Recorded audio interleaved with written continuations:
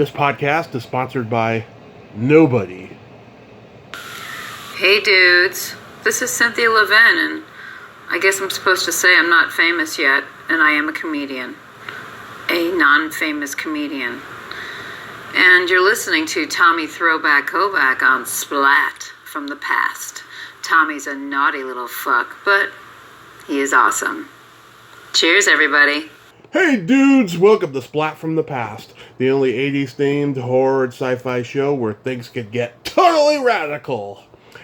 Now today, I will be interviewing a legend in the world of stand-up comedy, Steve Middleman. Steve, of course, was part of that 70s, 80s comedy boom.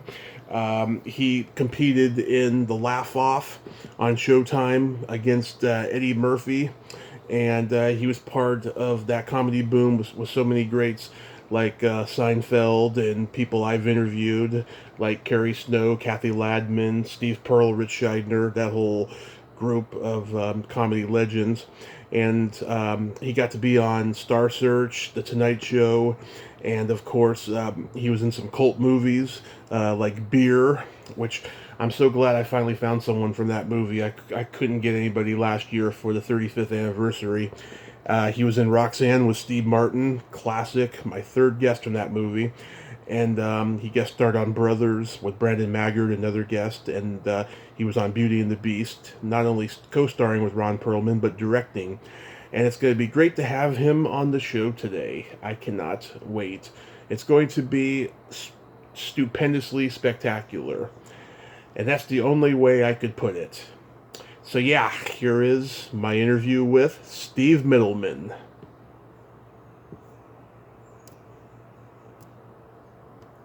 Hey, Steve. Hey, Tommy. That's weird. I was totally off, and that's bizarre and a half. Oh, well. It's happened. Yeah, it's happened plenty of times, so it's all right. This is such a... Are you still... Go ahead. You're NoCal? You're in Northern California still? Redding, California. Redding. Okay, yeah, that's up there. Yeah, okay. Yeah. Here's a question for you before we get started. Okay. Is Throgborton still back, or you don't? Is it back yet, or you don't know? I don't know if it's back yet. It's a good room. I like that room. Yeah, it's a really good room. Yeah, I love it. I've been there a bunch of times. I bet you 10, 15 times. Yeah, I used to like to go down there. This is such a great honor. Thank you for taking the time today.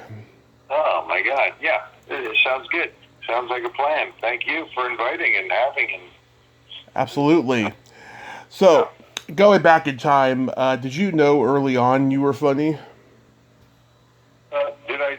Oh, we're taping right now. Oh, wow. Yeah. I know I was funny. I knew there's something offbeat about me that mere humans, mortals, couldn't quite understand. I knew I was different. Yeah. I thought I was dropped off a UFO. Mm-hmm.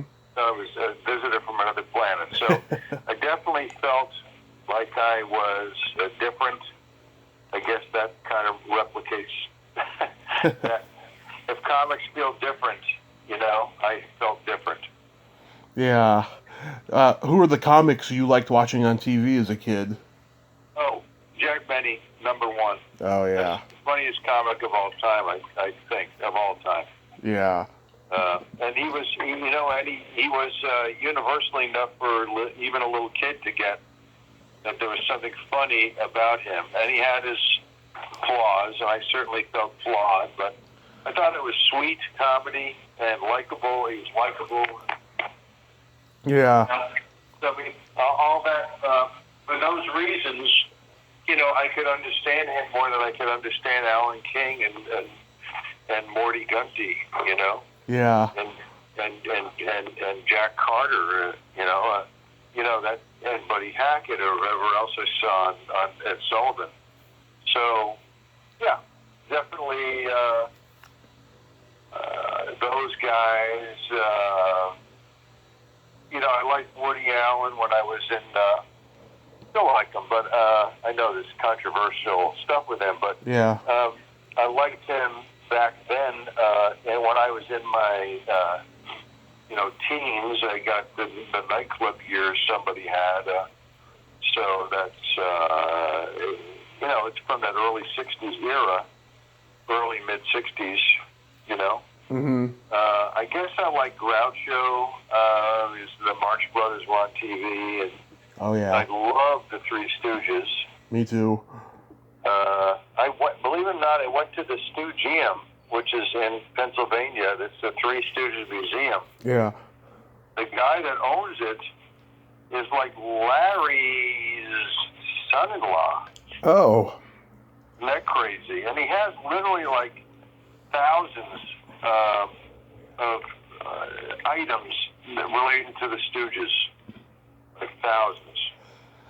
Yeah. I'm trying to get Curly's grandson on here. I know a lot of people who know him. Wow, that's something. Does he have any? Does he look like Curly at all? Slightly, but not too much. Yeah. Oh yeah. Yeah. It was an interesting. They were fun. I mean, I did imitate them, but I did wrestle with my brother, who was 3 years older, so he always won. But we didn't imitate them exactly, Yeah. Where are you from originally? Queens. Were born in Montreal. My parents moved when I was a year old, and then we, that's how it, that was that. So I didn't remember that. Yeah. But as far as getting back to the thinking like I was left from a spaceship, I felt I was the very least unwanted, a big mistake, a big burden. Mm-hmm. All the good stuff that makes a comic a comic. Oh, yeah. Yeah. So. We've all felt that way. Yeah. So after high school, did you attend college? Yeah, but, I didn't know what I wanted to do. I thought I wanted to go into the business world. I wanted to be a disc jockey. Mm-hmm. And, I'm on a spin bike right now. So if you hear the spin bike and it's annoying or whatever, and any interference, let me know and I'll get right off. Okay.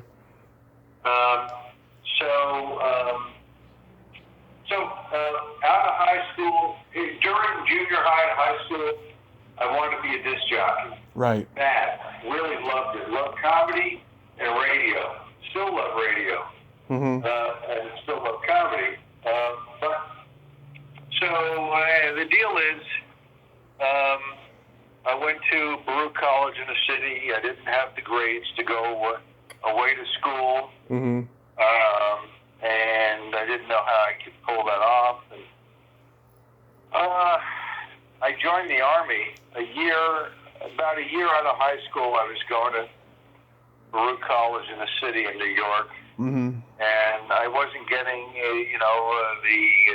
in the business classes, they were, if you didn't sign up in time or whatever, you were competing with the older students, so I couldn't even get entry-level business stuff. And it tells you, I had my head in the sand. I had no idea what I wanted to do, but radio was, so I joined the Army.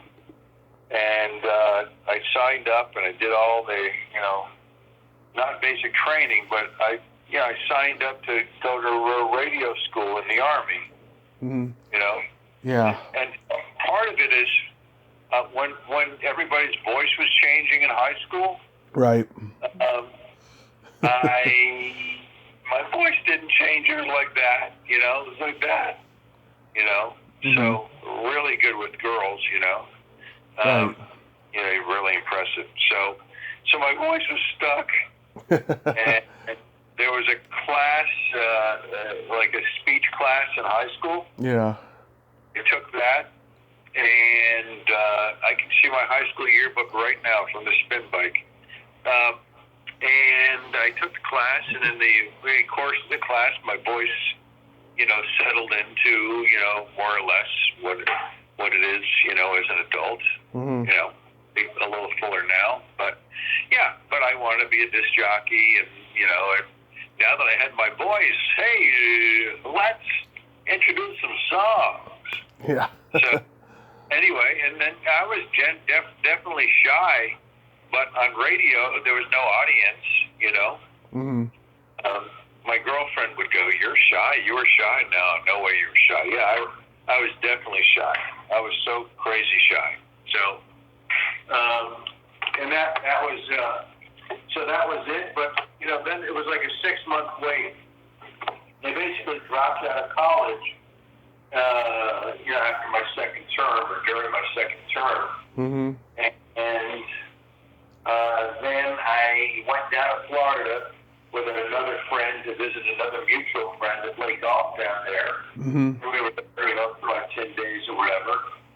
And my mom says, I'm on the phone catching up with her. And she goes, well, you got your registration card for Baruch for next term. Why don't you just, they were a little nervous, even though this was right after Vietnam. They didn't want me to go to the Army, but I hated living at home. And, Mm-hmm. But, I thought it over, and I said, well, there's no harm in taking some classes. And then I had a plan to get my grades up and then transfer the next term to go away to school.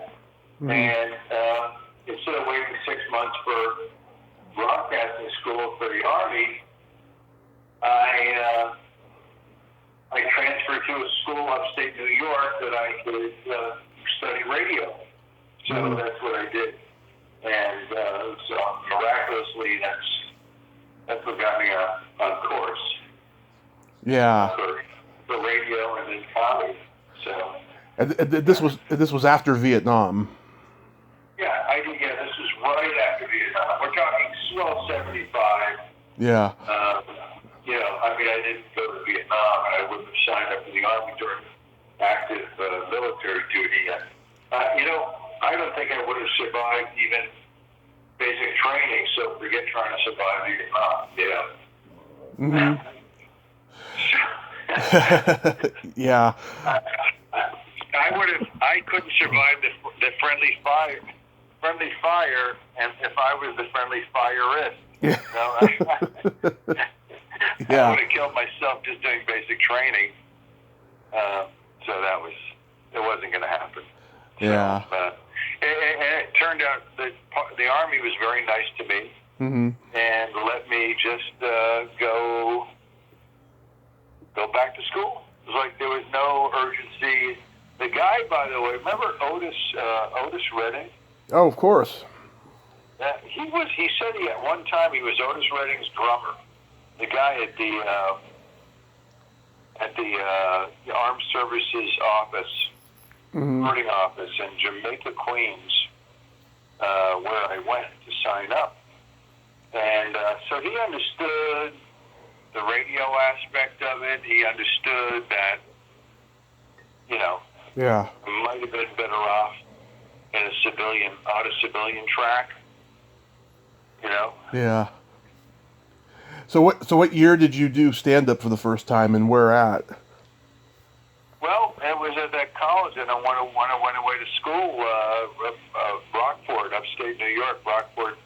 It was Mm-hmm. a SUNY school, State University of New York, SUNY. And it was, it was like right in between Buffalo and Rochester, to give you an idea. So it's like below the Canadian border. And there was a Rathskeller, and there was another comic, a guy named Harris Pete. Oh yeah, Harris Pete. Coincidentally, you know him. Wow. Yeah. Oh, he's the notorious doorman at the Comedy Store who's like bitter and angry. Yeah, I know. But he and I went to the same high school. He was a year older. Yeah. And back in high school and college, it seems like it almost feels like another generation when you're a year older. Yeah. But he and I were friendly, and he wanted to do stand-up, and my roommate was really funny. The guy went to a comedy career, Gary Apple, my roommate. Mm-hmm. So, and we were all friends, and so I did stand-up at the Rathskeller one night with Harris, my first time ever, and I bombed. And then I had a Nixon routine.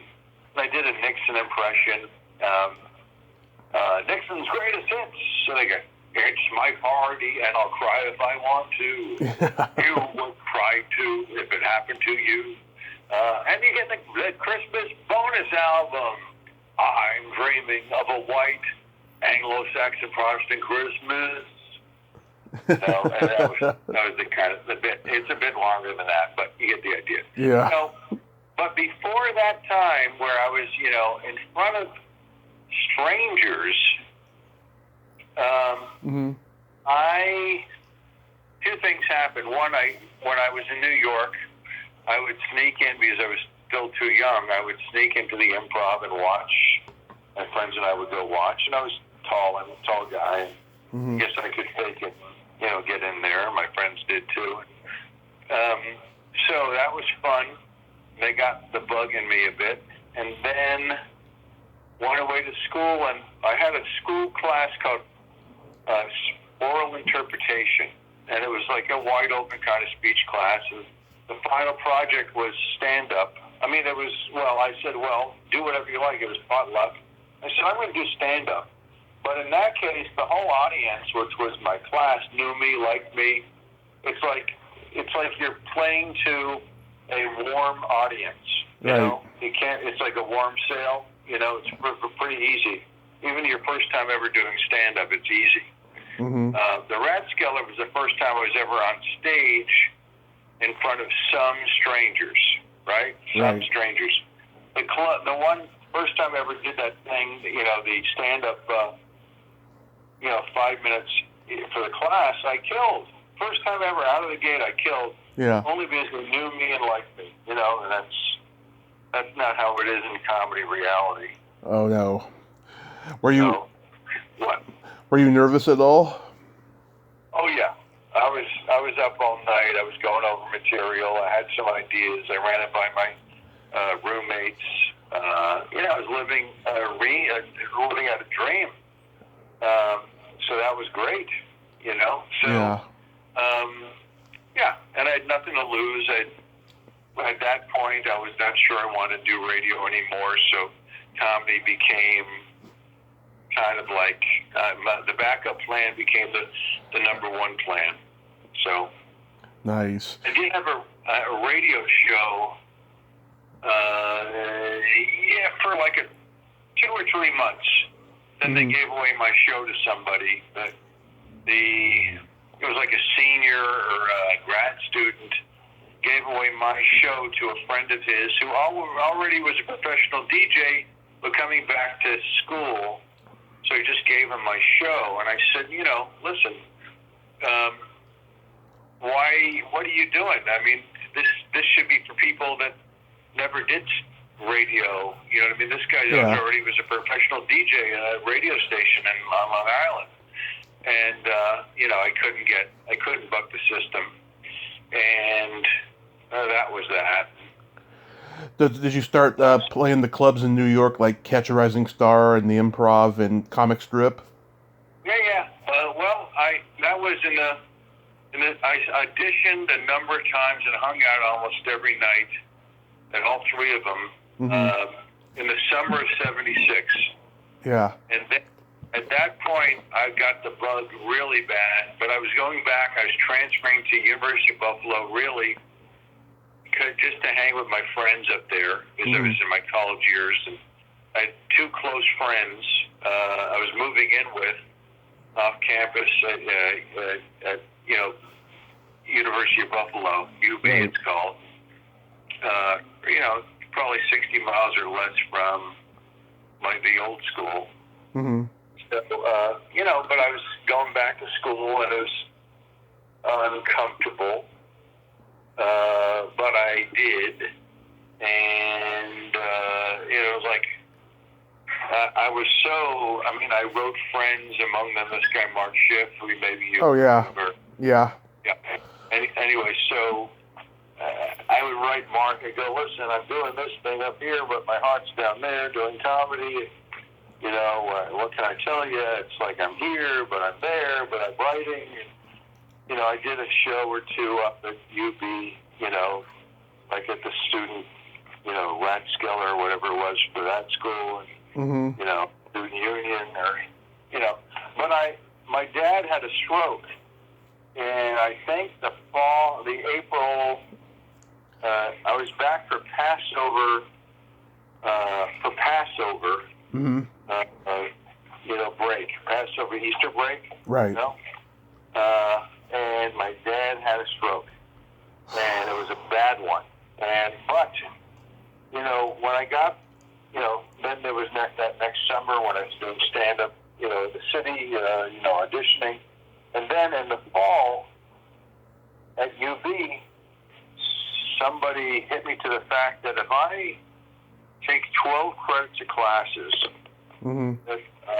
and being my dad's dependent, even though I was paying for my college, I was paying everything.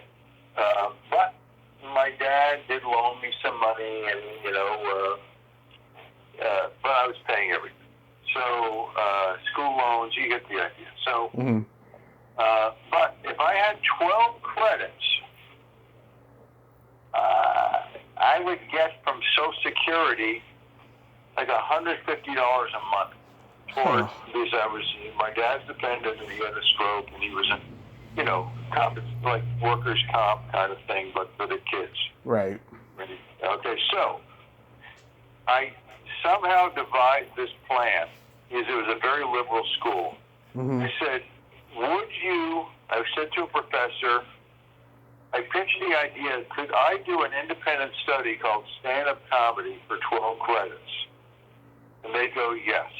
And I go, well, I'm going to do it from the city, and they assigned me a professor. I can't remember if I pitched it to one guy or they assigned me a guy, but I pitched it. They said yes for 12 credits, which is a miracle. And so basically, December 16th, the end of the fall-winter term at UB was December 15th. December 16th, I was in the city and hanging out at Catch, and dedicated. And that's when I said that's my comedy anniversary date. That's the day I really started. And because of this thing with Social Security, I was getting $150 a month to do stand-up comedy for like 8 months. It was unbelievable. And I was crashing at my sister's on 89th Street. The Improv was on 44th and 9th, but Catch was on 77th and 1st, and Comic Strip was 81st and 2nd, and I was on 89th between 1st and 2nd. So I hung out at those clubs a lot, and I would take the train or bus down to the Improv. And I paid a lot of dues. I hung out. I didn't get on much, but I watched a lot.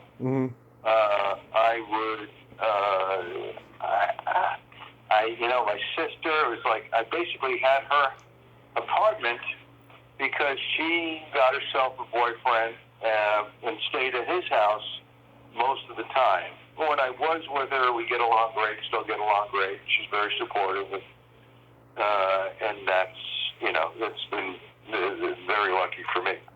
Yeah. So, basically had a free apartment in the city, $150 a month handed to me to do comedy. And, I would do temp jobs also to supplement my income. And, right. Yeah. So that was, I was still to this day, very grateful for, a lot of pieces of the puzzle locked into place for me. Yeah. And I wasn't getting on much, but, I certainly hung out. Maybe if there were 30 days in a month, 29 days I was hanging out at the clubs. There were 31 days in a month, 30 days I was hanging out in the clubs. I was dedicated watching, seeing, learning. I'd watch the best people, and I said to myself, basically, that's the bar. Right. Best people in New York, but that's the bar I have to surpass. I have to be funnier than the best people in the city. And I think I achieved that, which was, good for me. Yeah. I don't think there's a comic in the history of comedy that had hit the ground running as far as environmentally, you know. I had, you know, yes, I was still a starving artist, but I wasn't as struggling. The struggle was to get on stage and get better. But I had, you know, again, like I said, like 8 months. It really was good. It was a good way to start. Yeah. Who were the other comics that were there? Well, like I mentioned, you know, still close, very close with Mark Schiff. Mark Schiff. And the guy named John DeBellis. Oh, yeah. Provenza, Seinfeld. Yep. Larry Miller, Paul Reiser, Gilbert. Gilbert Gottfried. Larry David. I was friends. We were all friends. It was a remarkable time. You know, it was an incredible. It was a renaissance. We didn't know we were in a renaissance. There were no gigs. You know, eventually two guys showed up. Jerry Stanley, Jim Balatzos, and you would meet him at the Improv. But you would do it, you know, once every few months. You'd get like, you know, it'd be an opener, the middle act, and they would drive to some gig in Jersey to the Lincoln Tunnel, and you'd meet at the Improv. And, you know, that's if you were lucky. But there was no, you know, there weren't gigs. You just did it as you loved it. You didn't know where it was going to go. You just wanted to get better. You knew, obviously, other people were making a living at it, and they became, you know, TV comedians, and they became well known. So you knew there was some track on that there, and you know, then you know, this guy Billy Reback, who we're still very, very close friends, and. So he and I, we ended up writing for Gabe Kaplan, and we wrote an album for David Fry, who was basically a political impressionist. Richard Nixon. For doing Nixon. Yeah. But he's a big alcoholic, and he couldn't sell the album. But we wrote an album that he taped. But he was, even during that time, he had major. We'd see him loaded sometimes, like you can't believe. So, so that was an interesting life. But yeah, that was within a year of doing stand-up, of starting it. I got these writing gigs with Billy, and we moved to L.A. for a while. Billy stayed. I moved back to New York, and missed New York and the comedy scene there. Pretty wild. It was a pretty wild time, but yeah. And then I had to come back and, you know, struggle to get stage time again, even after all this writing, you know, like under the 4 months of writing. But living in Vegas for a couple of weeks with Gabe flew us out, and it was pretty wild. I mean, to go from zero exposure, and then you're like you were there with one of the comedy stars of the country, Gabe Kaplan, who was, you know, star of a show that he co-created called Welcome Back, Kotter. Right. And you know, we saw him in Vegas, you know, 2 shows a night for 2 weeks, and wrote stuff for him. And he hooked us up with. He would be on the Tonight Show. We went to tapings there, and you know, I was like 22 years old. It was unbelievable, great experience, and I went from zero to that. You know. Yeah. Was Andy Kaufman and Zamuda and Albrecht still there when you were there? Yeah. Albrecht became my first agent at ICM. He jumped to ICM. Right. Zamuda, you know, if I was to see him, we'd hug along. We'd still be friendly yet. But Andy, I didn't know, oddly enough. Nobody did. Nobody did, I know. That's funny. But, I mean, there's some people.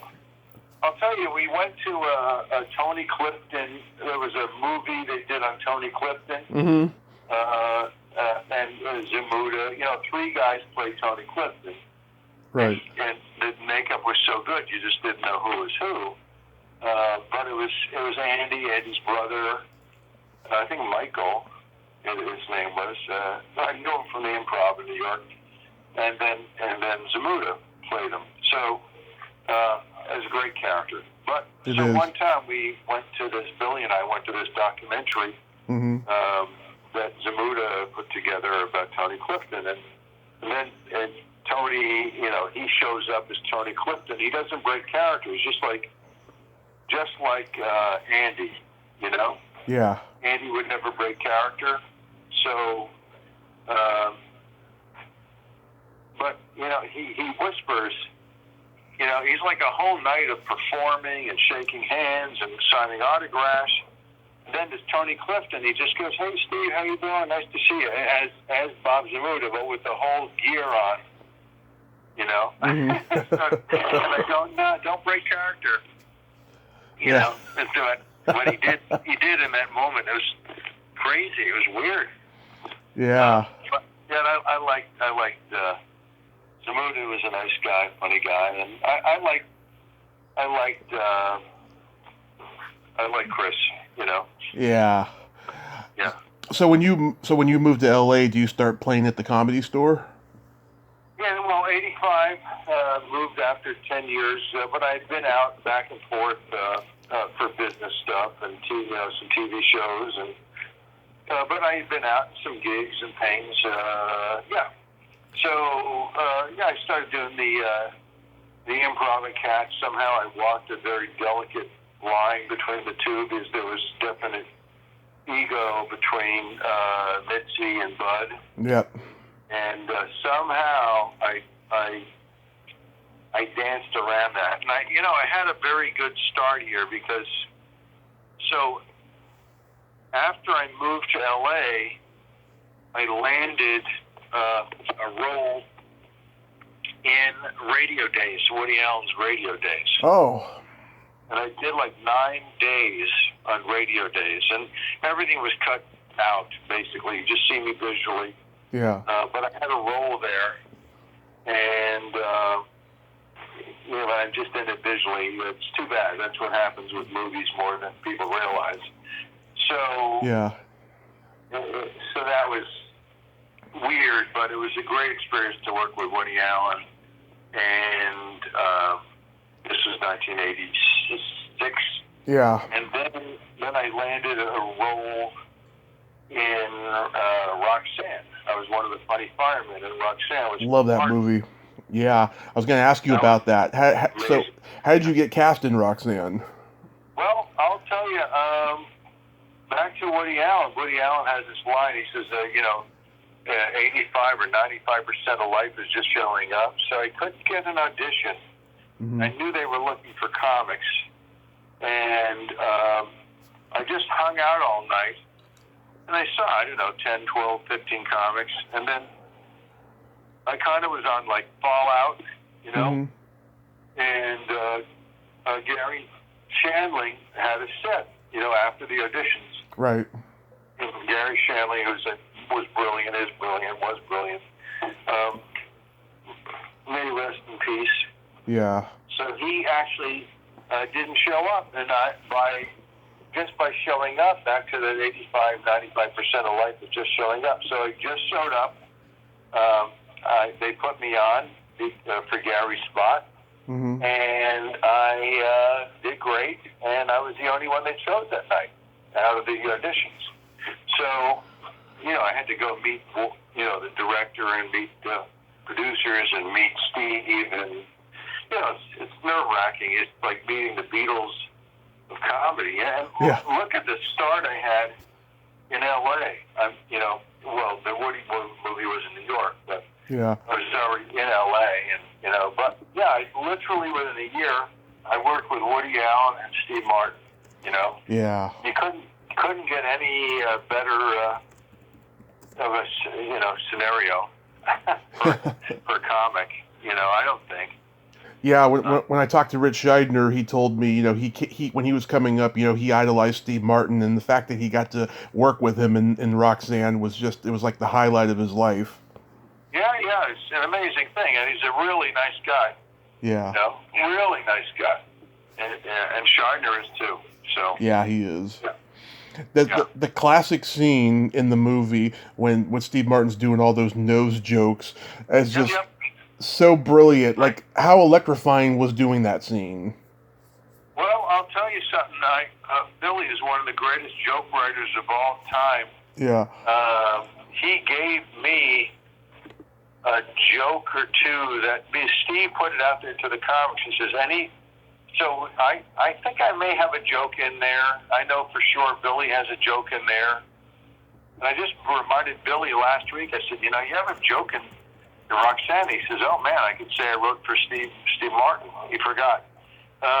So, basically, it was an amazing scene, and the whole experience was great. And it was like doing 9 weeks on a major film. I've done other films, but they're, nothing compared to a major hit film. You just feel the electricity as you're doing it. Yeah.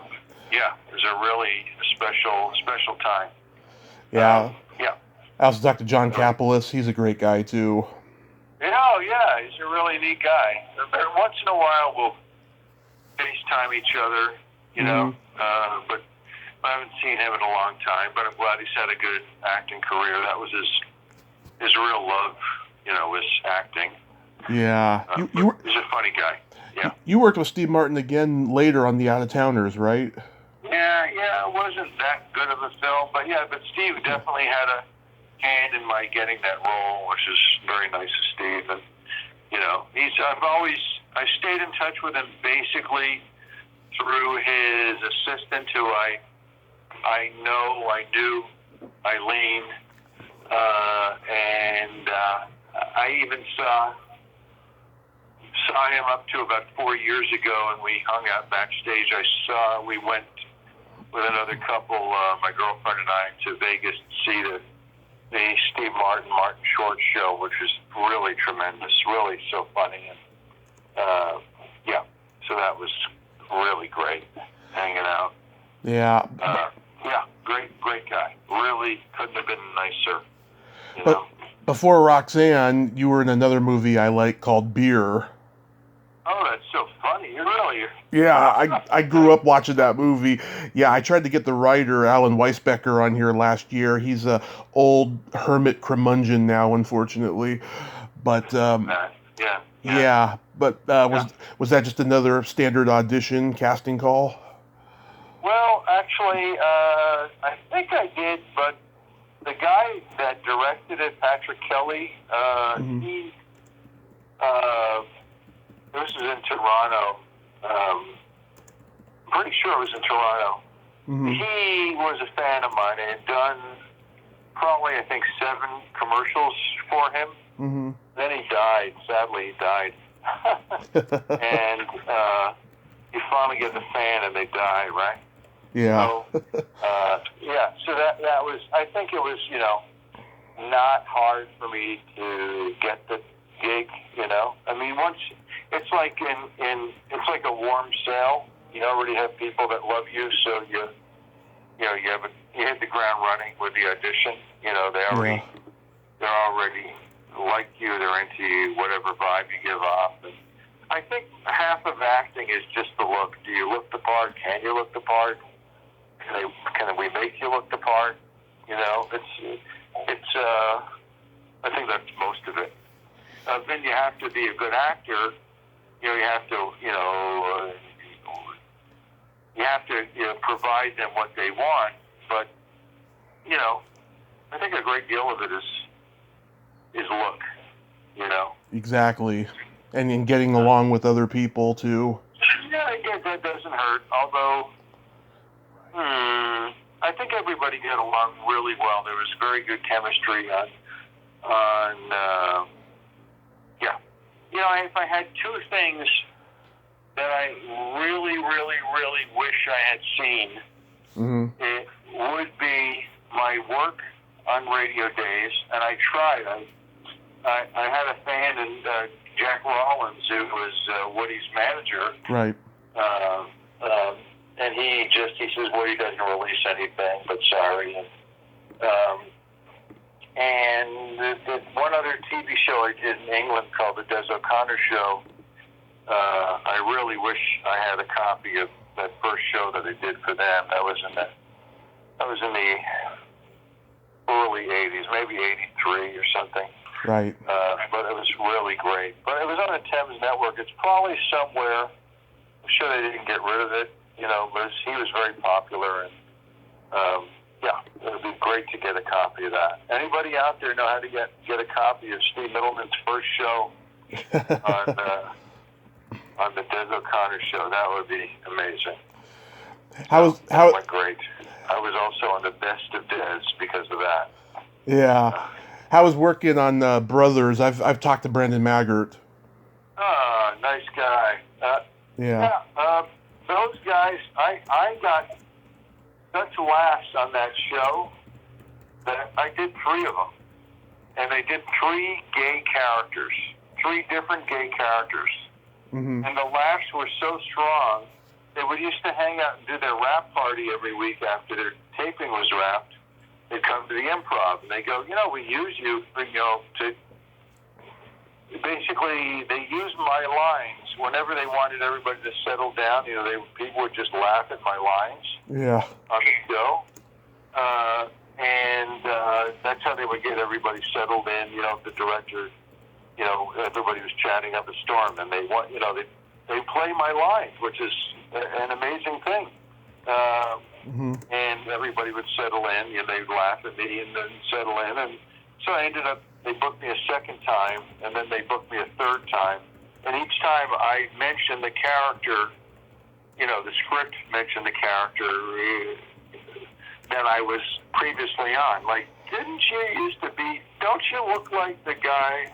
And it was, a running gag on the show. So that was a lot of fun. But yeah, they were great. You become, even in 3 tapings or something, you become part of the family. They made me feel that way. And again, I had another fan, and of course, he died. The guy behind the show, I forget his name right now, blanking out his name, but the guy that put it all together, is a funny guy. So yeah, they were so nice. They literally, I did, when they wrapped the whole show, they invited me to the rap party, the final rap party, and a big party, and I was in. Then they have a highlight reel of greatest moments of the show, and I'm in like 3 or 4 of the moments on the show. You're like, how flattering is that? And then 100 episodes, so right. I was in that reel, so it's good. How flattering is that? I never thought of that really, or never mentioned it before, but. You couldn't get any more flattering than that. Hi, honey. I'm doing a podcast right now. Hey, I'm on a podcast. Doesn't matter. Linda goes, with no clothes on? No, I'm walking around in shorts and sneakers, but no, I'm wearing clothes. Yeah. Oh my God. Hi. What was it? Really? I gotcha. Yeah. So yeah, I'm wearing clothes right now. So okay, good. Yeah, full disclosure. Full clothes, not full clothes, but. What was it like working with Ron Perlman on Beauty and the Beast? Oh my God, you really know your stuff. He was a great guy. He was nice. The one thing about doing that show, mm-hmm. it was the one and only time I did a drama. Mm-hmm. I actually had dramatic lines, no laughs. I don't know why they thought I played a jeweler. But I had no idea why they cast me. Yeah. But they cast me, and I played a jeweler, and I thought I did a good job. I'm sure I have the tape somewhere. I'm not quite sure where that is, but yeah, he was a good guy. He's no attitude. The one thing I would say, pretty much, I don't think there was anybody that I ever worked with, and some major stars, and Ron Perlman was a major star at one time, mm-hmm. but no big attitude. Considering an initial thing with Gabe, mm-hmm. I think the fact that we were comics too, and we loved comedy, and we were young guys, I think, there was no, maybe it's something I bring down people, but there was no attitude deal. He was a pretty grounded guy. This time I only worked with him one day on that shoot. I think one day, maybe two. Yeah. Yeah. Now, you beat out Eddie Murphy in the Big Laff Off. Yeah, and he still hates me for it. Seriously, he hates me for it. Isn't that crazy? Well, I'm like 3 or 4 episodes. Sorry to interrupt, but good. I'm like 3 or 4 podcasts. People have gone, oh, what, Eddie mentioned you. Yeah. Yeah, it's kind of weird, but yeah, I know he had a massive career, but he was upset with me on beating him in the Laff Off. Yeah. I know he mentions it in every interview. That's what I was going to say. Yeah, but so you beat out him, Carol Leifer, and Rick Overton. Was that about and it? Schiff, yeah, and Mark. And Mark Schiff. Yeah. Wow. Crazy. Yeah, I know. It was at the Copa. It was in 1980. Mm-hmm. It launched me. Remember, I said I would do. If I was lucky, I would do like one.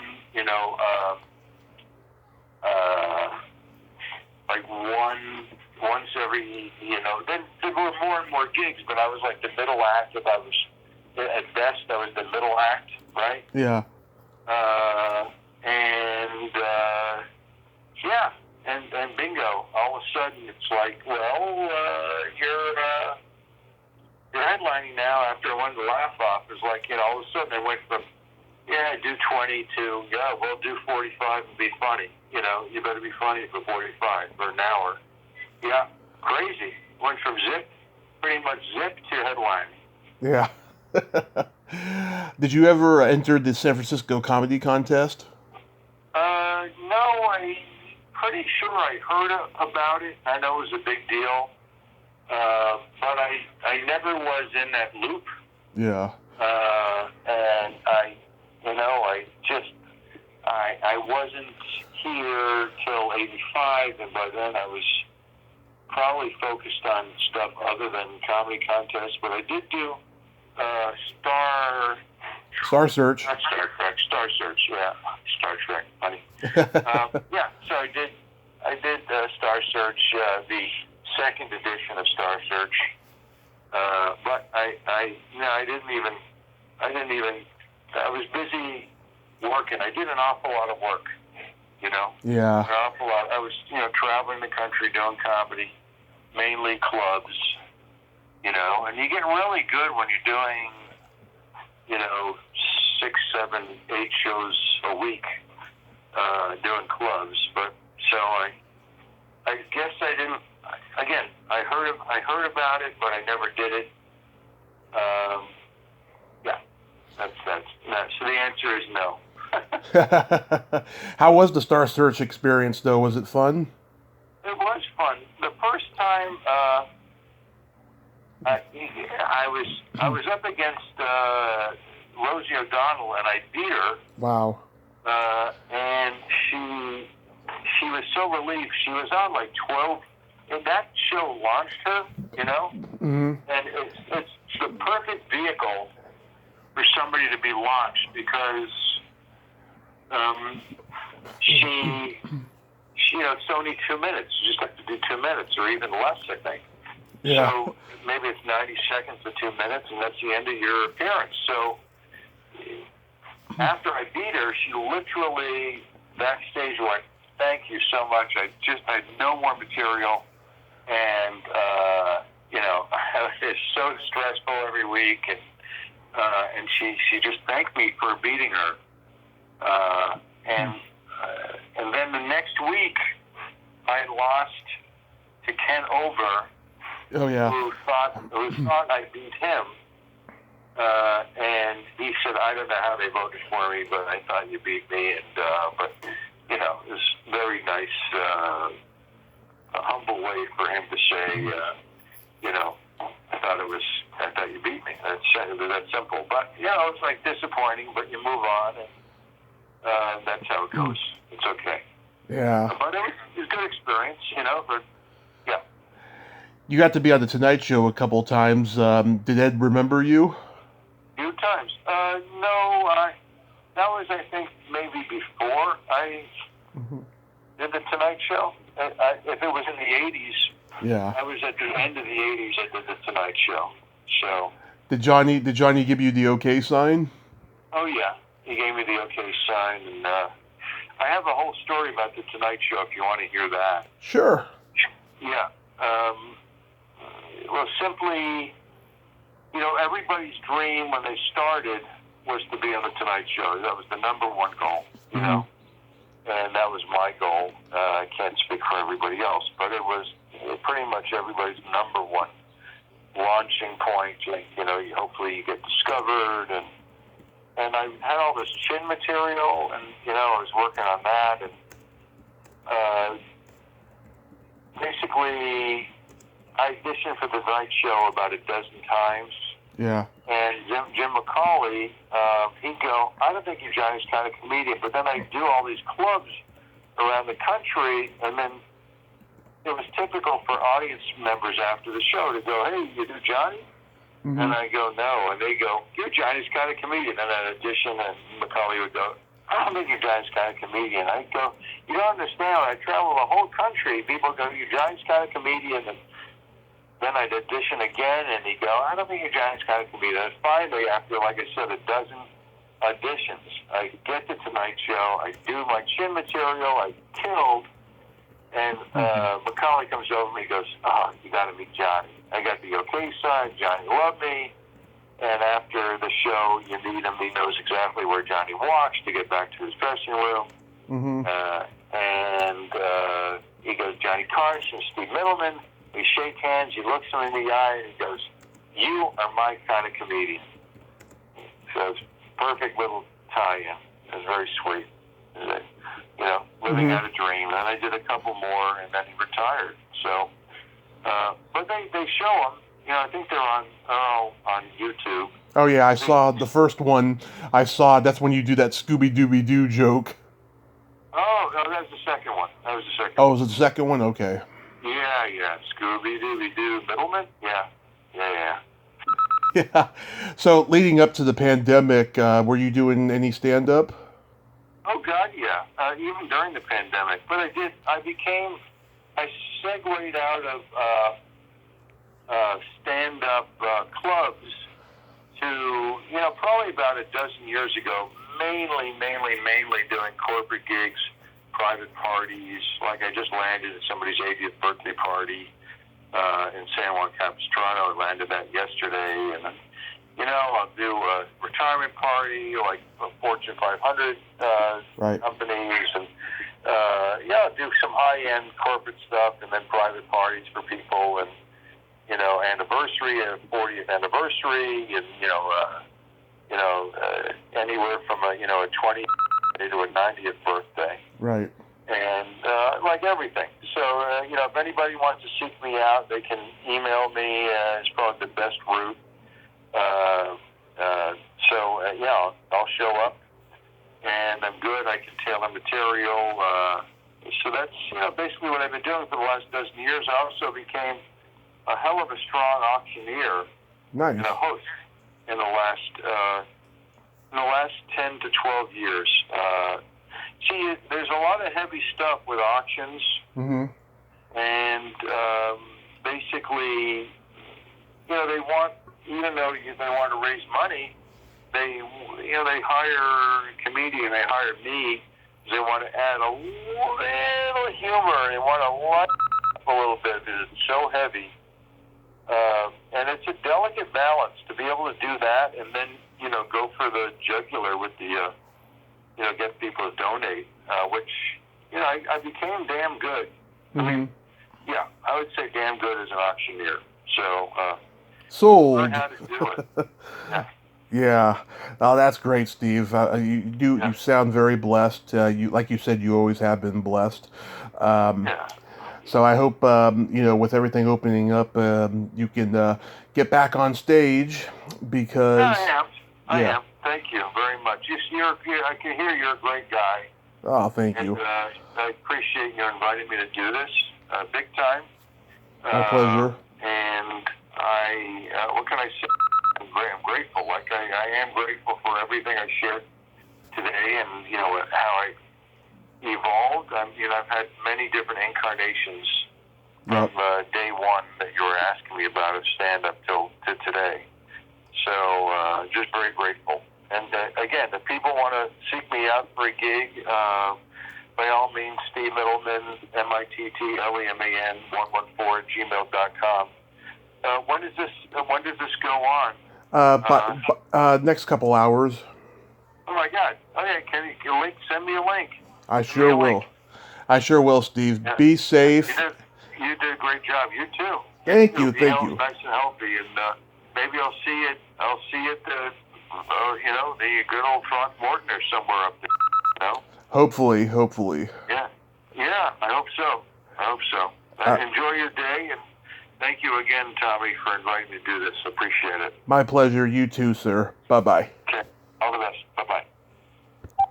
Well, there you have it. Steve Middleman. Ain't he a cool dude? What a nice guy, huh? And it was great to have a conversation with him. He is truly blessed. And, wow, he got to work with Woody Allen, but he was cut out of the movie. That sucks he was cut out, but that's good he got to have that experience.